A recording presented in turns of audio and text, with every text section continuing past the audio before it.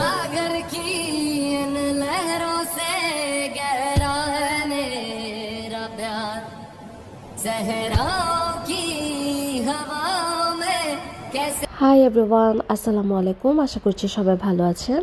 আজকের ব্লগে থাকবে সাইদা রেস্টুরেন্ট এবং সাগরের পার। অনেকে ভাবেন যে আমি যেখানে যাচ্ছি যা কিছু করছি সব কিছুর ভিডিও আমি আপলোড করছি। আসলে আমার যেদিন যে ব্লগটা আপলোড করতে ইচ্ছে করে আমি সেটাই করি। যেহেতু আমি লেবাননে এসেছি, আলহামদুলিল্লাহ অনেক দিন হয়ে গিয়েছে, তো তার মধ্যে আমি অনেক জায়গায় ঘুরেছি। আমি ব্লগ দিয়েছি জাস্ট হাতে গুনে 13 থেকে 14টার মতন। তার মধ্যে কিন্তু আমি আরও অনেক জায়গায় ঘুরেছি। একটা জায়গায় 2বারের জায়গায় 3বার গিয়েছি, কিন্তু ব্লগ কিন্তু আমি একবারই আপলোড করেছি। আমরা যেভাবে ফেসবুক রেগুলার ইউজ করি আমি কিন্তু আমার পেজটাকে ঠিক ওইভাবেই চালাই। একজন কন্টেন্ট ক্রিয়েটর হতে গেলে যতটা এফোর্ট দিতে হয়, যতটা মন দিয়ে চালাতে হয়, আমি কিন্তু তার 4 ভাগের 1 ভাগও করি না।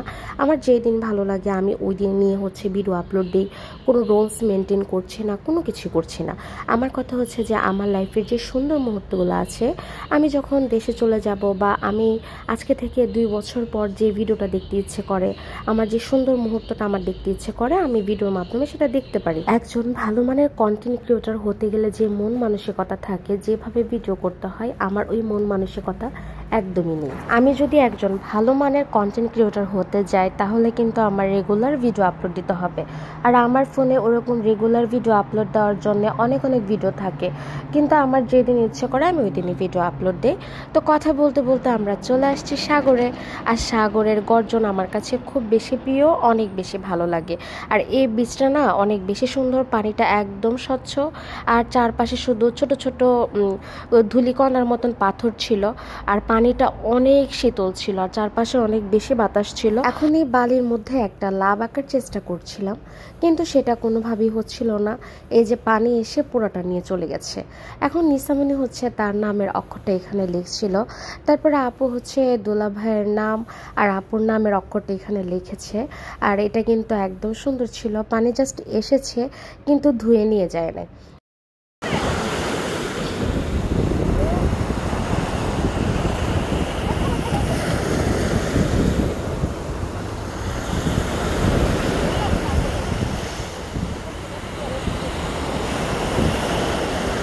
খালামনির ব্যাগে করে পাথর নিয়ে যাবে, মানে এটা আমার ব্যাগ।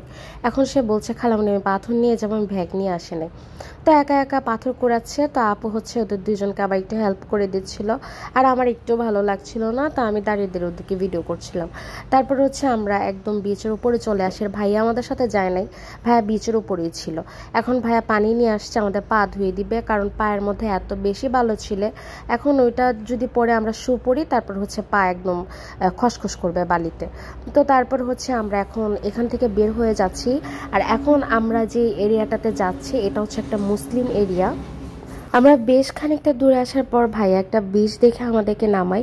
আর এখন কিন্তু আমরা সাইদার দিকে চলে আসছি। তো আমাদের প্রথম দিকে ইচ্ছা ছিল আমরা জাহাজ রেস্টুরেন্টটাতে খাবো, কিন্তু এটা একদম অফ করে দেওয়া হয়েছে। আর এখানে খুব সুন্দর আজান পড়ছিল।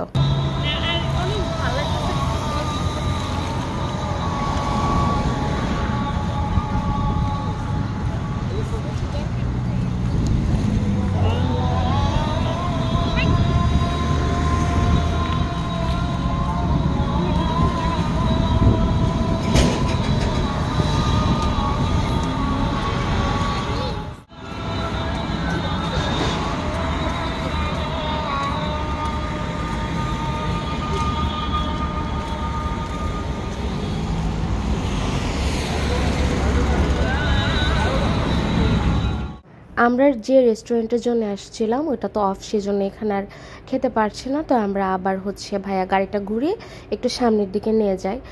এই দেশে আসার পর মনে হয় আমি 2 থেকে 3 বার আজান শুনেছি। আর সেটা যতবার আমি মুসলিম এরিয়াতে গিয়েছি তখনই আমি আজান শুনেছি। এখন আমরা চলে আসছি সাইদা রেস্ট হাউস রেস্টুরেন্টে। তো এটার ভেতরে এত সুন্দর একটা প্রাকৃতিক একটা ব্যাপার আছে। আমার কাছে রেস্টুরেন্টটা সত্যি অনেক বেশি ভালো লেগেছে। আর ভেতরে ঢোকার পর এত বেশি পাখির কিচিরমিচির সাউন্ড হচ্ছে, যেটা আমি একদম রিয়েল রেখে দিয়েছি।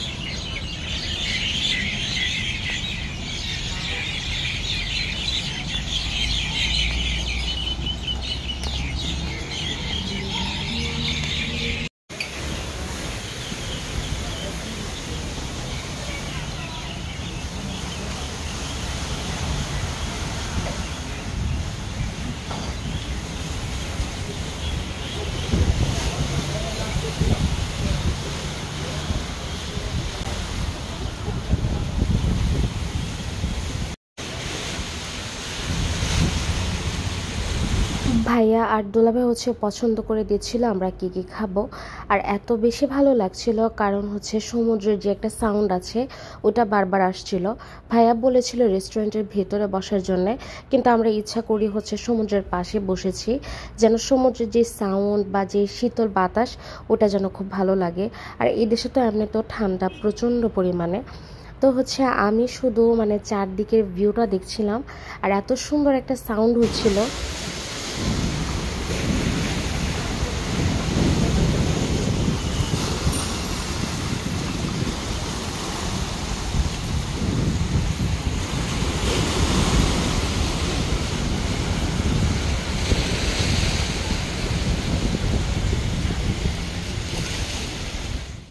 আজকের মেনুতে আমাদের ছিল পনির চিকেন, ফাতুস, হট পটেটো, আর এটা কি যেন ছিল, এটার নামটা আসলে মনে করতে পারছি না। তারপর ছিল ফিশ ফ্রাই আর সাথে ছিল হাম্মুস। সবগুলো খাবার অনেক অনেক মজার ছিল।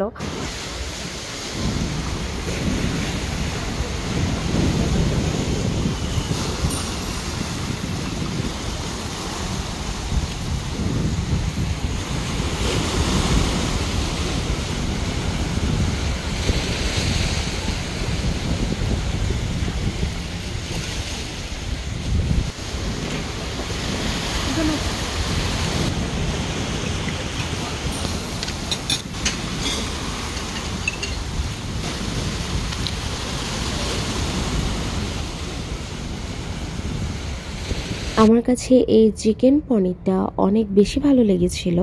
আর হচ্ছে এটা ছিল বারবিকিউ চিকেন, আর এটার সাথে ছিল এই মজাদার একটা সস, আর এটা গার্লিকের ছিল, এটা বোঝা যাচ্ছিল।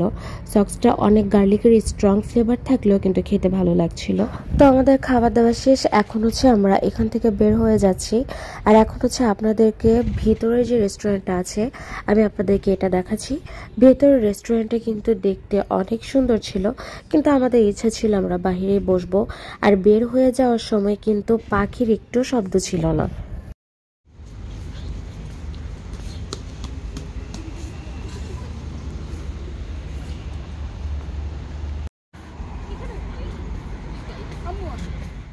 তো এখন হচ্ছে আমরা এখান থেকে বের হয়ে যাচ্ছিলাম, আর এখন কিন্তু আমরা বাসায় চলে যাব। আশা করি আমার আজকের এই ব্লগটি আপনাদের কাছে ভালো লেগেছে। আমার এই ব্লগটি ভালো লেগে থাকলে অবশ্যই আমার পেজের পাশে থাকবেন, সবাই আমার পেজটিকে ফলো করে দিবেন।